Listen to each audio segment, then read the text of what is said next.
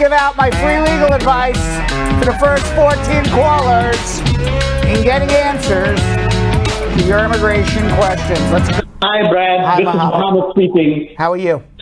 I'm good. I have two questions. Yes. My first question is, I got my permanent 10-year green card through my parents who were US citizens on April 18th, 2017. So how early I should apply for citizenship? January 20th, 2022.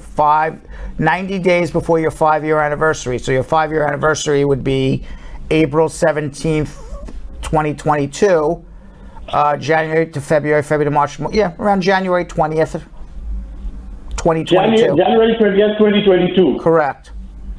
And my second question is, how long is the processing time for citizenship in Chicago? I don't know off the top of my head, but generally you got to figure about 8 to 12 months depending on where you are in the United States. Okay, thank you very much, Brad. Okay, good luck. Thank you. All right. Good luck, thank you. Let's go to Helen in St. Paul, Minnesota. Hi, Helen. Helen in St. Paul, Minnesota. Helen? Hello. Hi, how are you, Helen? Hey, yeah. I have a question for my green card. Yes. I've been here for 10 years, but my green card will expire on 2021 March. Yes. So I have to renew it at least this year in September. Yes. So my daughter is going to be 15 years old in August, 1 month before our application. So I'm just trying to see, did she able to apply with me in the same application or a separate application? Separate application for her renewal of her green card. Separate? Separate. Oh, so I have to pay you 2 application fee? Correct. What? You know it's cheaper? Huh? You know it's cheaper? I can't hear you, sorry. I said, do you know what's cheaper? Where she born? I didn't say where she was born. I said, do you know what's cheaper to do? Okay. You don't hear me. All right, just listen. What's cheaper to do is file your one application for citizenship now, which is $725 instead of $545 for renewal of a green card for 2 green cards. You file 1 citizen naturalization. If your daughter has a lawful residence and residing with you, she would automatically become a citizen as well. That's cheaper.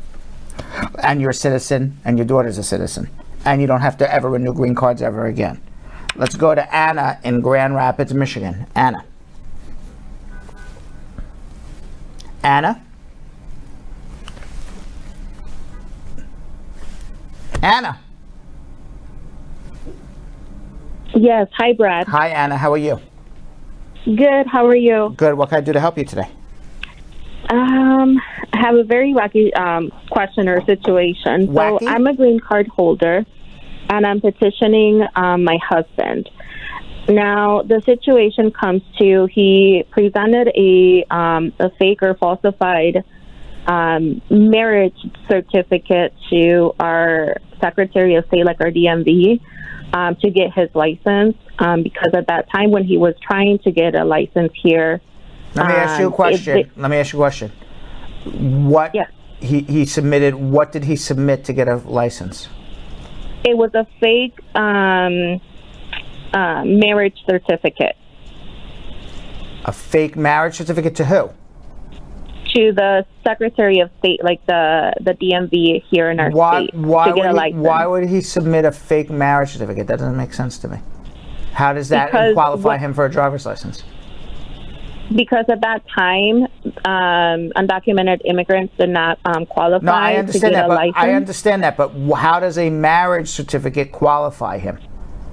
That's one of the options that the... Did he make a claim that he was a U.S. citizen? No. Did he make a claim They that he gave was a him a permanent list. resident? No. They gave him a list of options that would help him qualify for There's it. more to this story. You just don't show up with a fake marriage certificate and now you qualify for a driver's license that you otherwise didn't qualify for. There's But more when to he it. showed up there in person, they told him that he would be able to get a license if he had one of those documents, and that's what he presented. So eventually he did get a license. I understand that, but okay. So the question is what? He obviously committed document fraud. So you're admitting Yes. to a crime on our show right now that your husband did. It's a crime. I think it's more complicated than just a marriage certificate. So me personally, I would have a privileged conversation about this, not an over-the-air, non-privileged conversation. Okay. All right, hold on. Thanks for watching. For more Brad Show Live, like and subscribe to our YouTube channel.